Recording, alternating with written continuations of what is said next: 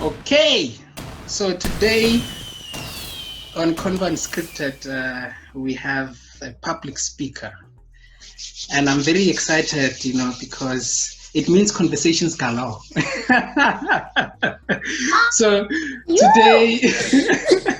So today we have a public speaker, a marketing specialist, a leader par excellence. We have Mahlodi Kgatle on Unscripted. So Unscripted is a platform where we have unscripted conversations of international importance and where we speak our mind. Exactly. So my name is Ben Mahudu, and welcome to this platform. And welcome, Mahudu. It's good to have you here. Thank you. I'm so excited to be here. I've seen the amazing people that you have on this show. And I think we mentioned earlier on, Hore, the amazing thing about this show, you feature different kinds of people who bring different kinds of thought, which is just exceptional. And the fact that it's unscripted, unrehearsed, just makes it all the more interesting. I want to. I'm tempted to hold back, but let it flow. Today when I was waking up and I was thinking of how should we start the conversation, I've seen, that you are a very multi-talented person. You're a singer, a very melodic voice, a very beautiful voice. So on this holy day, can you just like notonyana, bless us? Can you do that?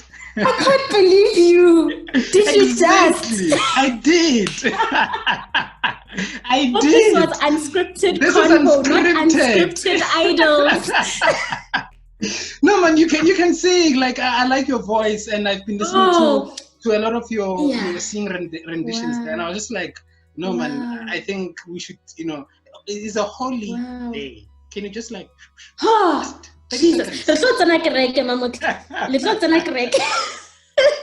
It's funny that you'd say that. This affirms for some appointments. You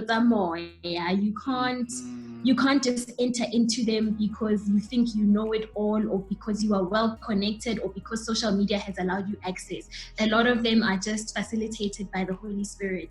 And it's this morning I was actually washing the dishes and I was thinking, a lot of young people have so many dreams, but we forget that a lot of what we think we own is not ours. A lot of the passions, the visions, the plans that we want to implement in the future are not ours. Your life is not your own. So take some of those things back to the Creator. Question Him. You gave me this thought, you gave me this idea, you gave me this passion, you gave me these compassions, you gave me this thirst for this certain thing. Why is it? And I was just, in the spirit, singing this amazing rendition that is actually a reminder for us to stay connected to the Spirit. I'm sure I say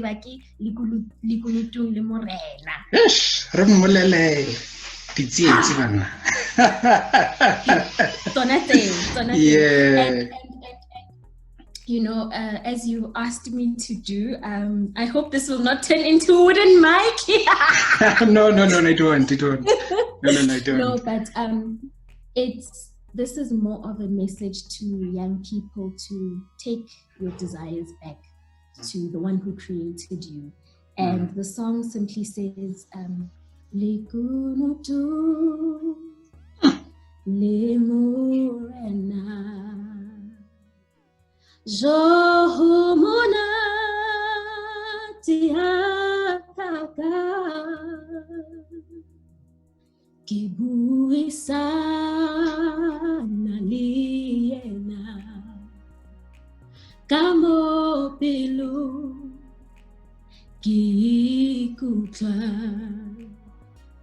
Kimulele Ditieti Tenkhatata Talifasi Kiruleto Shete Huna Likunutu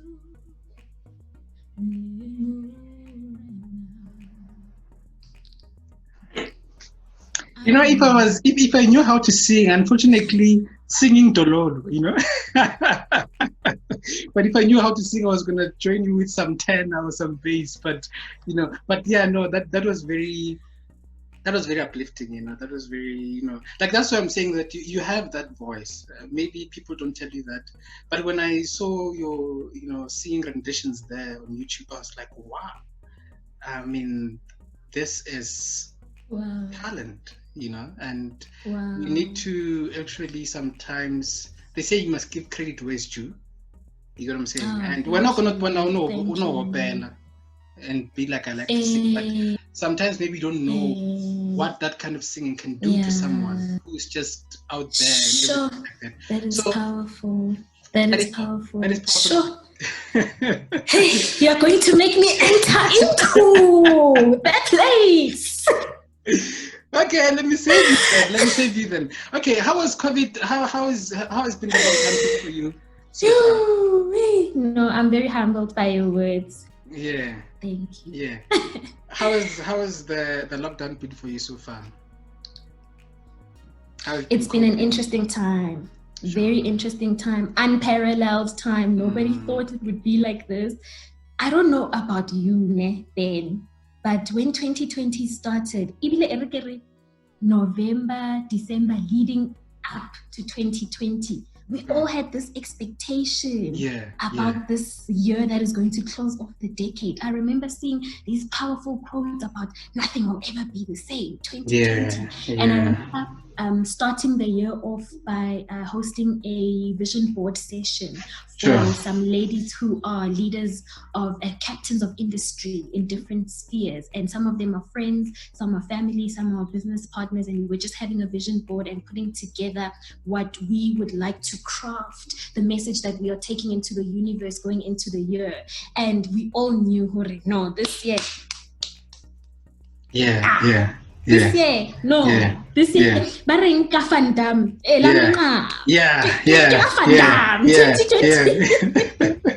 So it was just that.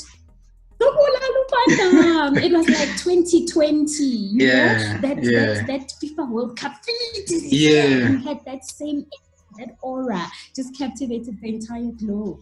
And, you know, for something like COVID to happen, I think in Rutile about the stages of grief.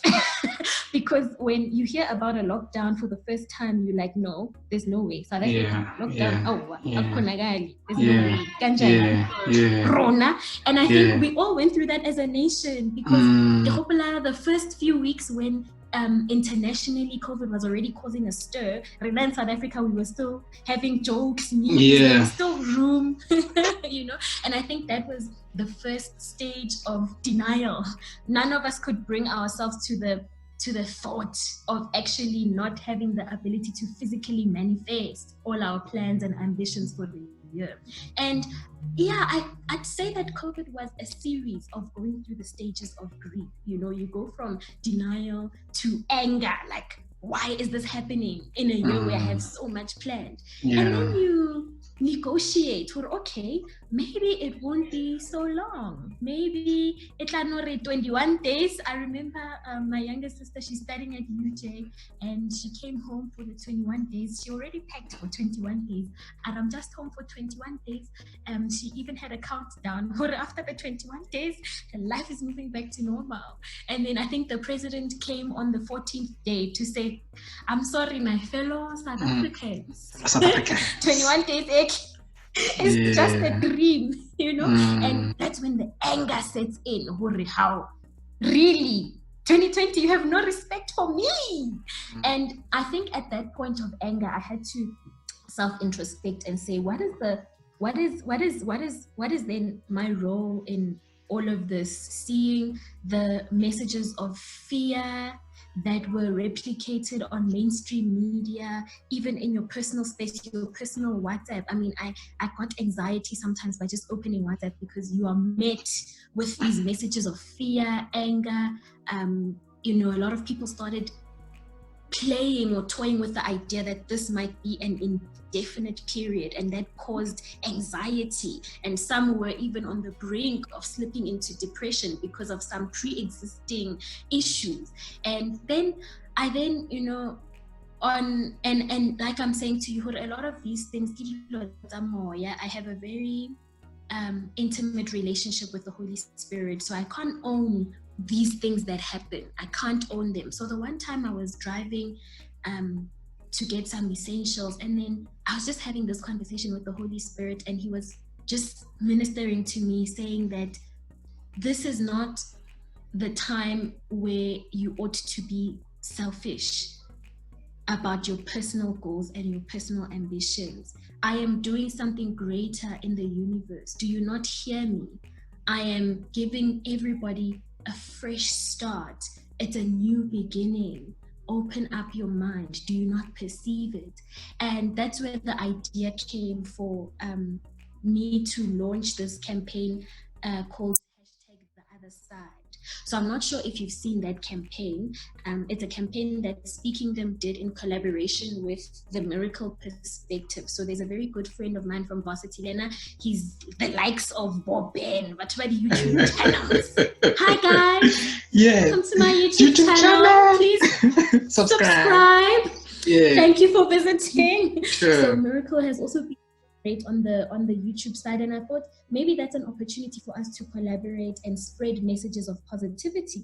So what we then did is we broke our thoughts down into 8 weeks, and every week we would have a topic that we focus on, and we invite leaders from different spheres of knowledge, different spheres of influence, to tell us what their thoughts are on that sphere of knowledge. But ultimately the message must be geared to preparing one mentally, emotionally, as well as spiritually for life on the other side of COVID. And that was, in a way, done to counteract the negativity that was happening, because that weighed a lot of us down. So to summarize how the lockdown has been for me, it has been stages of grief, but also staying very close to the Holy Spirit. I think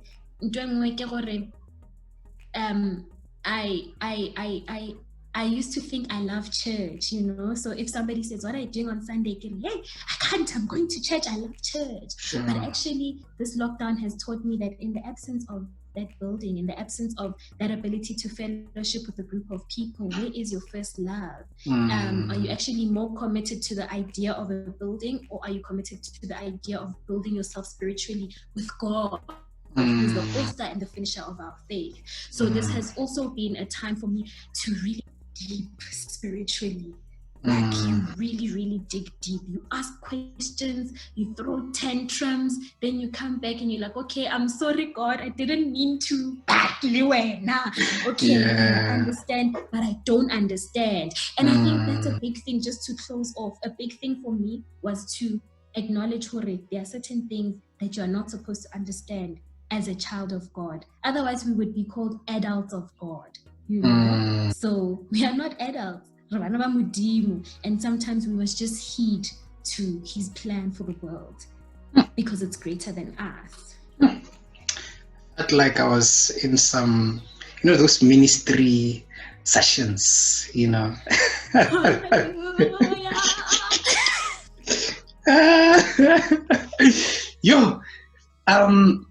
and I like that, because I saw that on, I think it was on News from Africa. You speak about, mental health and physical health, especially in these times of the lockdown. And I'd like to expatiate on that and also throw it back to you. Of course, with physical health, physical health is something that I think is out there. People do it, people jog and everything. I think it's everything that we're used to. But we seldom talk about, mental health. We seldomly talk about spiritual health, because those are also things that are very, especially in this time of the lockdown. One of the things that I had to actually encounter as well was my spiritual, I had to locate my spirituality, which is something that I've never actually had a time to actually sit down and be like, actually, who are you?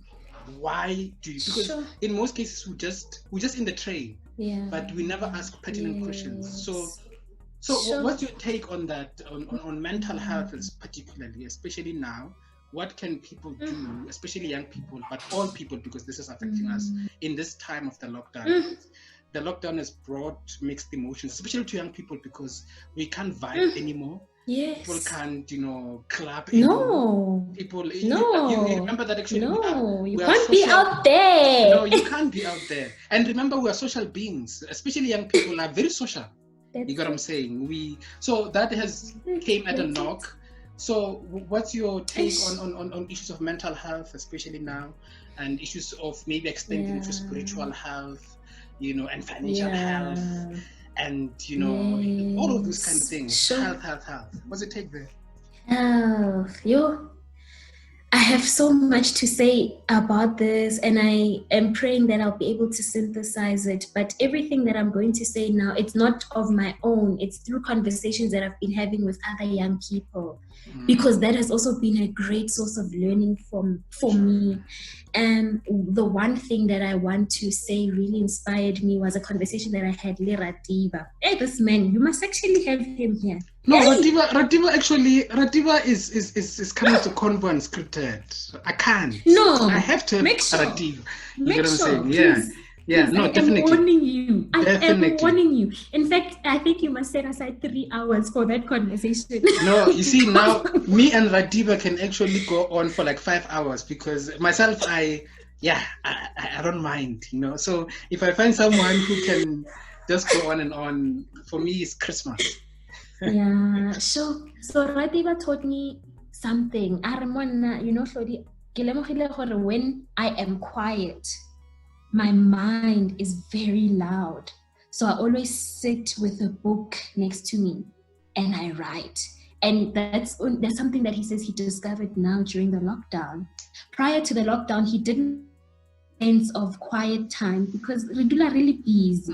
We can argue about productivity. I'm not sure about productivity. That's a point for another day. But we're so busy in the happenings and the goings on of life that we don't take time to listen to self. And I think a big thing that depression does, it catches you in those moments where you are not able to be busy. Not that it was never there. It was probably a thought that was festering in your mind, but because of your busyness, you were able to drown it out with things to do. You kept yourself busy. So Ratiba taught me that don't be afraid to spend time with yourself. You are actually your mind is the biggest mind that you can ever have access to.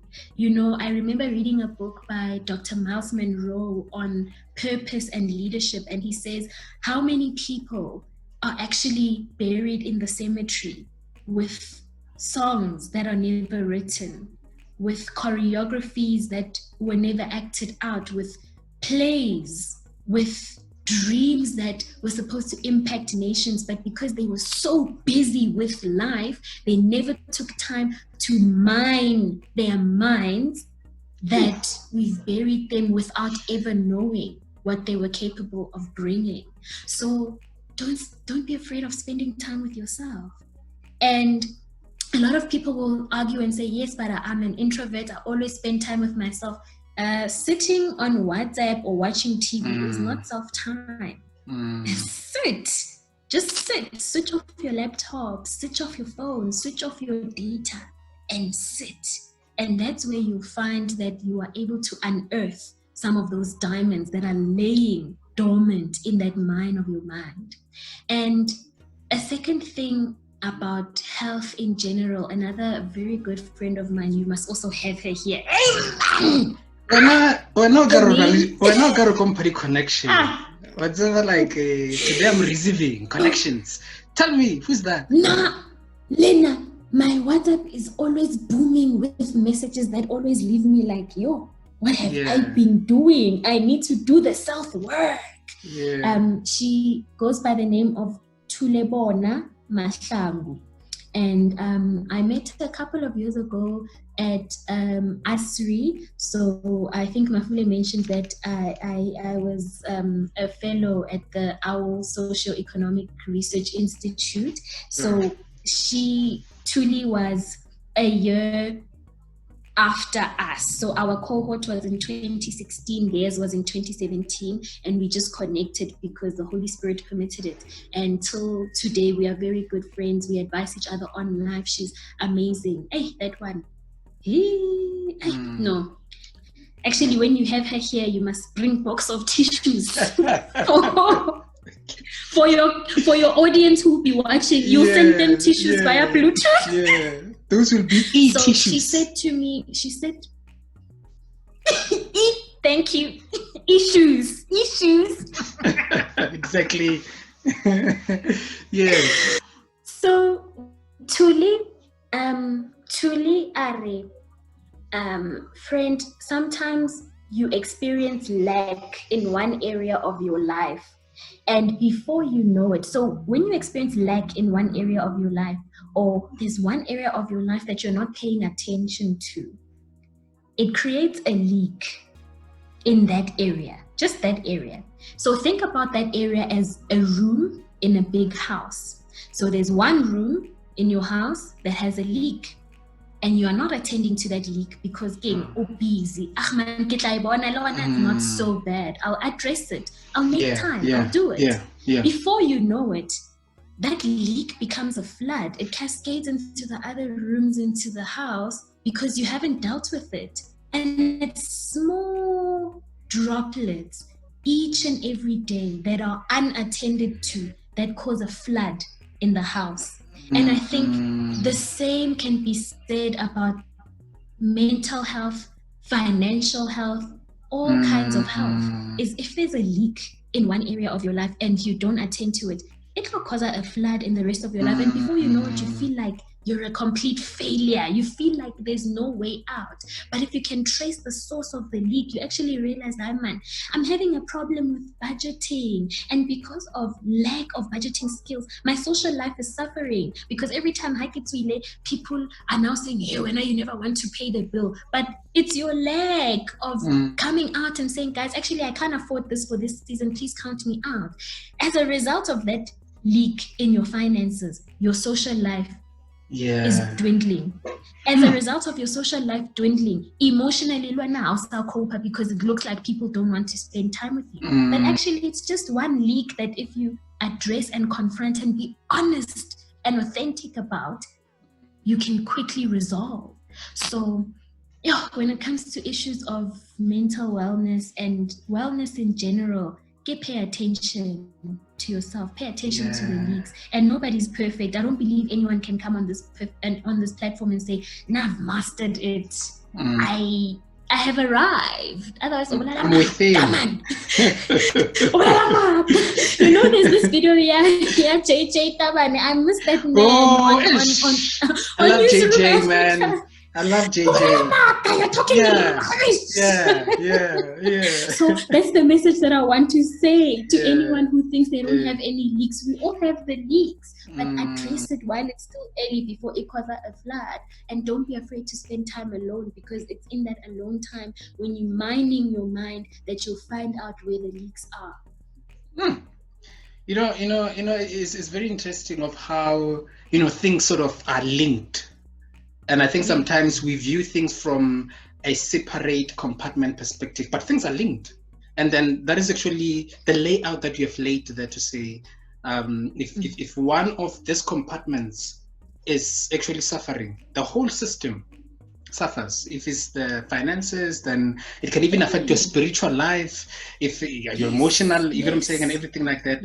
And you said something there about the leaking. I love myself. I'm a mathematician, so I love analysis. And that was a very. Trigonometry. Maybe you can tell us more. Hey, we play trigonometry. What about you? But then what that analysis that you actually gave reminds me of. I don't know if you've done geography, but people will relate to this as well. Like if you've been to the river, you get what I'm saying? And when we study erosion, especially water erosion, you'll have a very small stream, unattended, that is just streaming through rocks.